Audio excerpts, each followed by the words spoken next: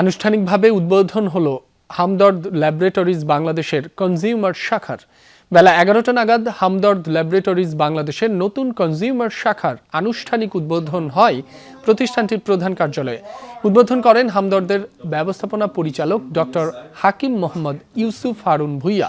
বলেন, দেশব্যাপী ভোক্তাদের কাছে হামদর্দের পণ্য ও সেবাকে আরও সহজলভ্য এবং আধুনিক বিপণন ব্যবস্থার আওতায় নিয়ে আসার লক্ষ্যে এই কনজিউমার শাখার যাত্রা শুরু। তিনি আরও বলেন, হামদর্দ থেকে যে আয় হয় সেটা দিয়ে স্কুল, কলেজ, মাদ্রাসা করা হয়।